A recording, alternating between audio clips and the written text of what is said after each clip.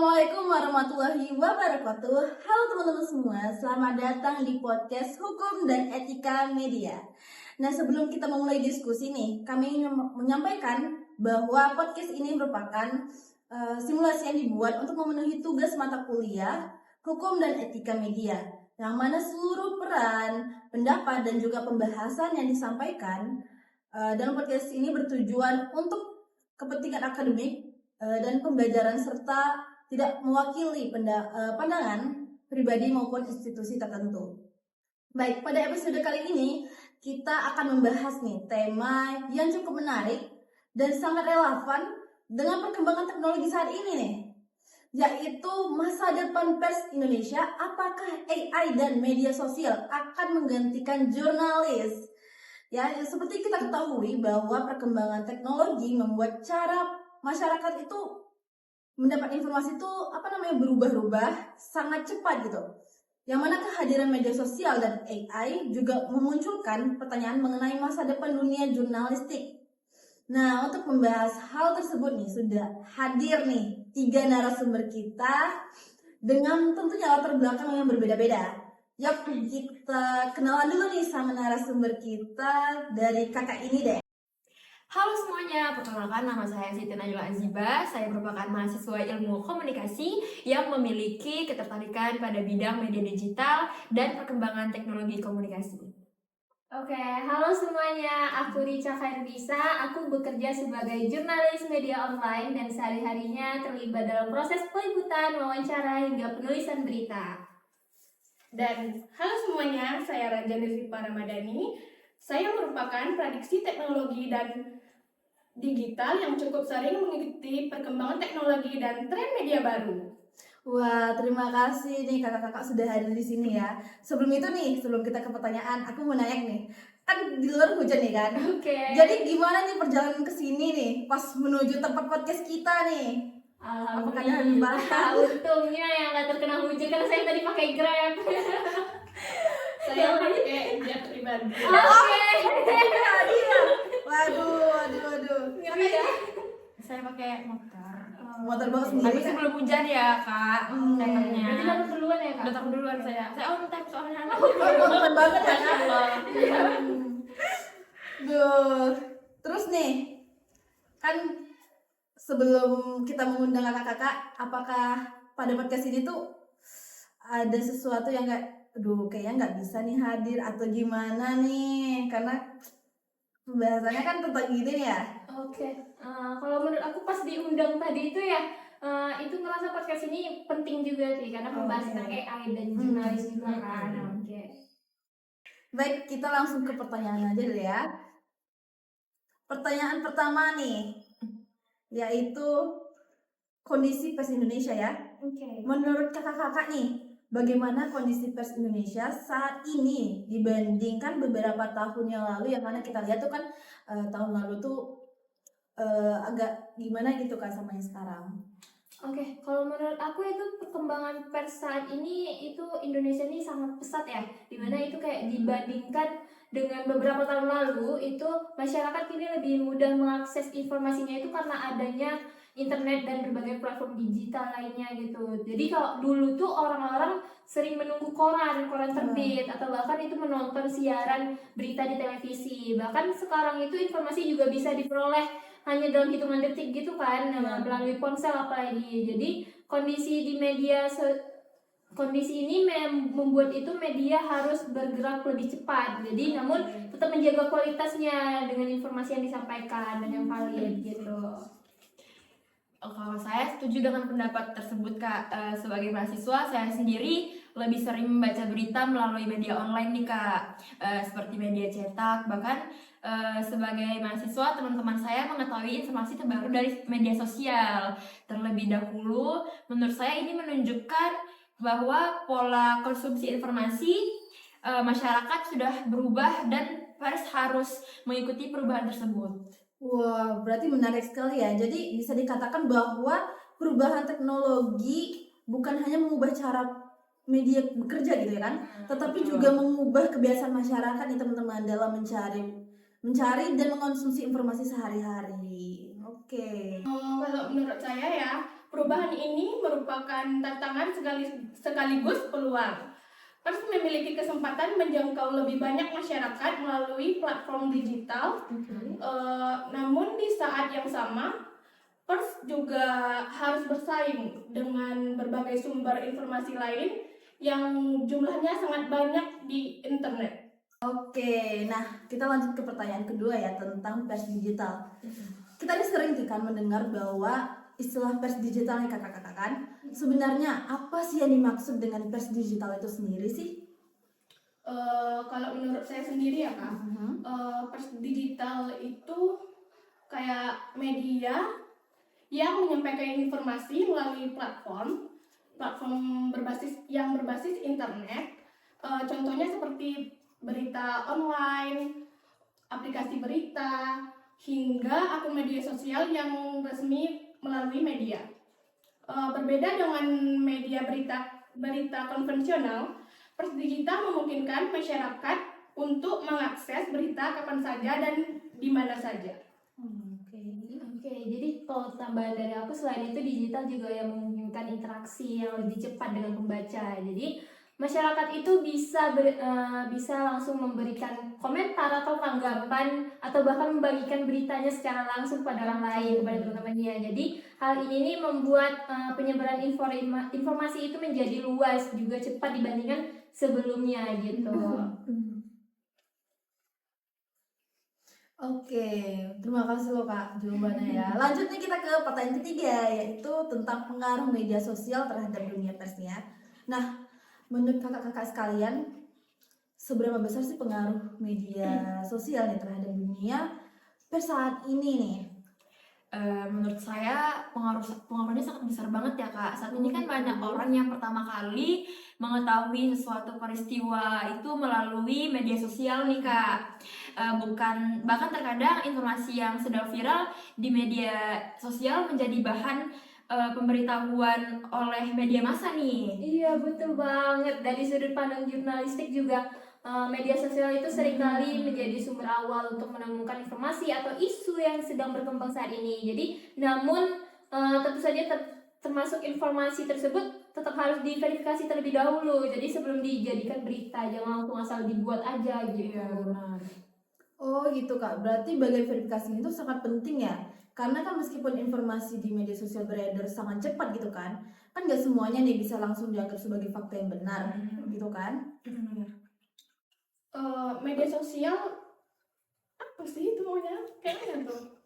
Telah mengubah nggak sih Kak kalau media sosial itu? Iya, benar. Jadi media sosial itu juga tetap harus mampu berinteraksi dengan masyarakat secara aktif lebih bagusnya gitu. Oke, lanjut nih ke pertanyaan keempat nih. Iya. Tentang media sosial ya kan. Kalau menurut kakak-kakak ini sekaligus, apakah media sosial itu lebih banyak nih membantu atau justru merugikan pers gitu loh? Karena kan kita menggunakan AI kan, Iya, ada benar. yang setuju nih sama penggunaan AI, ada yang tidak setuju dengan penggunaan AI gitu kan. Iya, benar banget. Tapi kalau menurut saya juga media sosial ini lebih banyak membantu sih, karena dengan adanya media sosial juga media ini dapat menjangkau audiensnya juga yang lebih luas dan menyebarkan informasi dengan lebih cepatnya. Terus manfaat ini itu harus diimbangi juga dengan tanggung jawabnya dalam menyampaikan informasi yang benar. Karena kan informasi juga ada yang hoax gitu kan Kak, gitu. Tapi kalau dari saya nih Kak, aku ngelihat dari dua sisi ya Kak. Sisi positifnya itu masyarakat lebih mudah mendapatkan informasi nih. Namun kalau negatifnya banyak orang yang sulit membedakan mana informasi yang benar, mana informasi yang salah nih. Iya, benar. Karena itu literasi digital menjadi sangat penting ya Kak. Iya, Masyarakat harus mampu berpikir kritis dan tidak langsung percaya pada semua informasi yang mereka lihat. Oh gitu ya Kak. Nah sekarang nih kita masuk ke topik utama kita, yaitu sebenarnya apa sih yang dimaksud dengan AI menurut kakak-kakak sekaligus? Kalau menurut saya AI atau Artificial Intelligence adalah teknologi yang dirancang untuk melakukan tugas-tugas yang biasanya membutuhkan kecerdasan manusia. Contohnya seperti menganalisis data, mengenal pola, menjawab pertanyaan, hingga membuat tulisan. Saat ini AI berkembang sangat cepat dan mulai digunakan di berbagai bidang, termasuk dunia media dan jurnalistik. Sebagai mahasiswa, saya juga sering melihat penggunaan AI nih Kak dalam kegiatan belajar. Contohnya nih, banyak orang menggunakan AI untuk mencari referensi nih ya Kak, referensi merangkum materi contohnya atau membantu memahami suatu topik dan biar lebih cepat gitu Kak. Oke. Berarti biar lebih memudahkan lah intinya Iya, kan? benar, Oke. Kak. Nih kita lanjut lagi ke pertanyaan ke-6. Bagaimana sih penggunaan AI dalam dunia jurnalistik saat ini? Oke, kalau di dunia jurnalistik itu saat ini AI juga digunakan untuk membantu berbagai pekerjaan sih, Oke. redaksi terutama. Jadi misalnya itu kayak seperti mengolah data dalam jumlah besar atau membuat ringkasan informasi atau bahkan itu membantu menyusun draft awal beritanya. Jadi dengan bantuan AI ini pekerjaan yang sebelumnya juga itu membutuhkan waktu lama jadi bisa dilakukan lebih dengan cepat gitu. Tapi Kak, perlu diingat bahwa AI hanya membantu proses kerja. Keputusan akhir tetap berada di tangan manusia. Karena informasi yang dipublikasikan harus tetap akurat dan sesuai dengan etika jurnalistik. Oh, berarti menurut kakak-kakak ini beda semua ya pendapatnya guys. Oke. Next kita ke pertanyaan berikutnya. Nah, ini pertanyaan yang sering nih menjadi perdebatan tiap orang ya. Apakah AI akan menjadikan atau menggantikan jurnalis di masa depan nih yang akan datang nih? Iya menurut aku enggak ya sih Kak, karena Kenapa AI tuh? itu bisa menghasilkan tulisan yang dengan cepat gitu. Jadi Oke. tetapi pekerjaan jurnalistik itu tidak hanya juga menulis, tetapi Mhm. seseorang jurnalis juga harus melakukan wawancara ya, Oke. observasi lapangan Iya. gitu untuk membantu hubungan dengan narasumbernya terutama. Dan juga di saat itu memahami situasi yang sedang terjadi. Contohnya kayak hal-hal tersebut masih membutuhkan kemampuan manusia juga sih gitu. Oke. Kalau saya sih juga setuju ya Kak. AI itu tidak memiliki empati, intuisi, maupun kemampuan memahami konteks sosial secara mendalam. Karena itu, AI lebih tepat digunakan sebagai alat bantu yang mendukung pekerjaan jurnalis. Oke, jadi dari pendapat yang disampaikan oleh kakak-kakak ini ya sejauh ini itu tampaknya nih AI lebih berperan sebagai partner kerja ya bagi jurnalis, bukan sebagai pengganti sepenuhnya berarti kan? Berarti tentunya menjadi sudut pandang nih yang menarik bagi kita yaitu di tengah perkembangan teknologi yang sangat besar ya. Oke. Mungkin dari sudut pandang mahasiswa, saya melihat AI sebagai teknologi yang mempermudah pekerjaan manusia nih Kak. Kenapa tuh, Kak? Tapi digantikan lagi oleh mesin, terutama dalam hal kreativitas dan pertimbangan etis mungkin ya Kak. Oke. Wah, mendapat jawaban yang berbeda-beda nih teman-teman ya. Oke, kita akan lanjut ke pertanyaan ke-8 nih. Apa saja sih kelebihan AI yang bisa dimanfaatkan oleh media sekarang nih? Kalau kelebihan utamanya ya Kak, itu lebih ke efisiensi. AI mampu mengolah data dalam jumlah besar dan sangat cepat. Selain itu, AI juga dapat membantu media menghasilkan laporan berdasarkan data secara lebih terstruktur. Oke, tapi kan kalau dari sisi redaksi juga AI ini dapat membantu pekerjaan rutin sih ya dengan sehingga jurnalis itu memiliki lebih banyak waktu untuk fokus pada peliputan yang lebih mendalam dan investigasi gitu. Oke, kita lanjutin lagi Kak ke pertanyaan berikutnya tentang resiko nih. Kalau udah dengar resiko berarti tahu lah ya gimana nih. Selain kelebihan nih, tentu apa sih resiko yang perlu diperhatikan? Apa saja nih resiko yang mulai dari AI itu atau gimana gitu kan dari media sosial? Oke, jadi salah satu resikonya itu informasi yang dihasilkan AI ini juga selalu tidak akurat.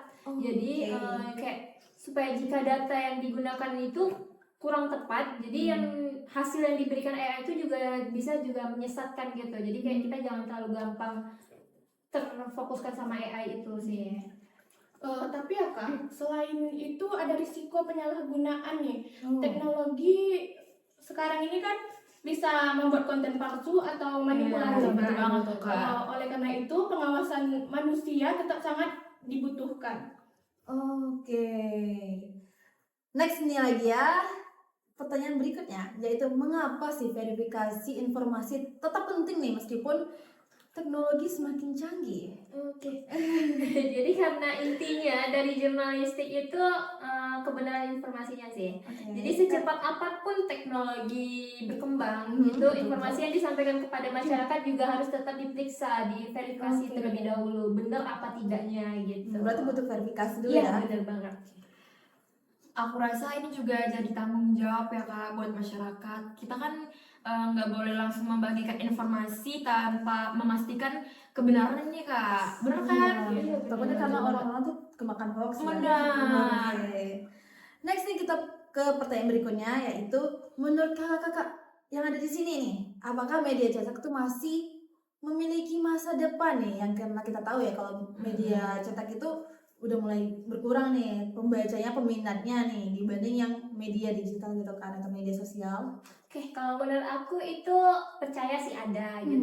Meskipun mungkin tidak sebesar yang dulu, tapi media cetak tetap juga memiliki pembaca yang loyal yang dapat dipercaya oleh sebagian masyarakat gitu.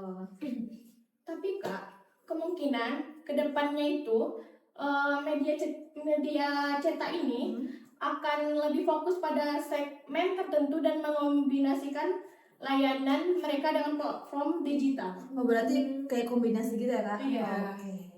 Next nih, kita ke pertanyaan berikutnya, yaitu bagaimana sih cara media menarik perhatian generasi muda saat ini? Karena ya kita tahu tadi kan, ke pembahasan sebelumnya tadi. Kalau menurut aku media juga harus mampu nih Kak menyampaikan informasi dengan cara yang kreatif ya, dan menarik juga nih tanpa mengurangi kualitas isi beritanya Kak. Oke, jadi karena itu banyak media mulai memanfaatkan video Iya. pendek, Oh, iya, podcast, benar banget. infografis, dan berbagai formal digital lainnya yang dimana lebih dekat dengan generasi muda saat ini ya. Betul.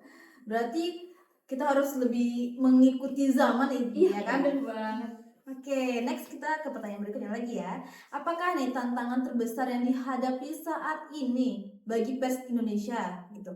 Kalau menurut dari sisi jurnalistik sih tantangan besarnya itu kayak menjaga keseimbangan antara kecepatan dan akurasinya, karena di era digital sekarang itu media dituntut cepat gitu, tetapi nggak boleh kan mengorbankan kebenaran informasi juga, kayak nggak valid juga gitu, kayak beritanya selalu rupanya beritanya nggak benar tapi diposting juga tetap di media Oke, banyak banget tuh kami gitu ya.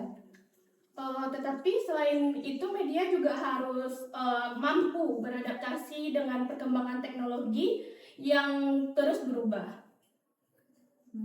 Oke. Berarti tantangan perusahaan itu tidak hanya soal menyampaikan informasi ya Kak, tapi juga bagaimana sih tetap relevan dan mampu beradaptasi dengan kebutuhan masyarakat di era digital ini gitu kan? Berartinya.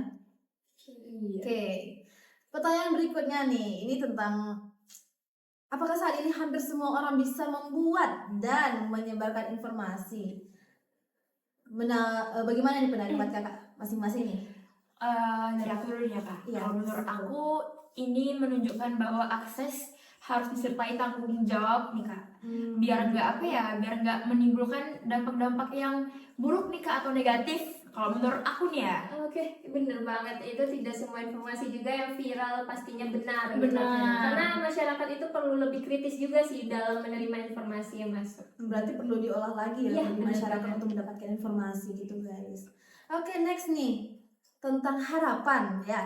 Sebagai pertanyaan terakhir, pertanyaan terakhir nih sudah sampai di episode terakhir. Pertanyaan terakhir ya.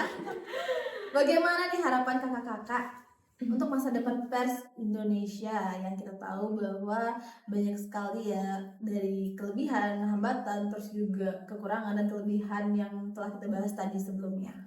Kalau dari aku berharap masyarakat Indonesia semakin bijak nih ya Kak, dalam menggunakan media sosial dan semakin kritis dalam menerima informasi. Dengan begitu kualitas diskusi publik juga akan menjadi lebih baik nih Kak. Oke, kalau menurut aku berharapnya sih pers Indonesia itu tetap menjaga profesionalisme juga, itu independensi dan komitmen terhadap kebenaran juga sih. Jadi kepercayaan masyarakat juga lebih aset terbesar yang dimiliki media gitu. Tapi ya Kak, Kalau saya sih berharap perkembangan teknologi dapat dimanfaatkan untuk memperkuat kualitas jurnalis. Teknologi seharusnya menjadi alat yang membantu manusia, Oke. bukan menggantikan nilai-nilai penting yang ada di dalam dunia pers. Oke, baik teman-teman. Dari diskusi yang telah kita lakukan hari ini ya sama kakak-kakak yang ada di sini itu dapat memahami bahwa perkembangan teknologi, media sosial dan juga AI itu membawa banyak sekali perubahan bagi dunia pers nih. Nah, teknologi itu yang mana memberikan berbagai kemudahan dan peluang, tetapi juga menghadirkan tantangan yang dihadapi dengan bijak ya kak. Oke.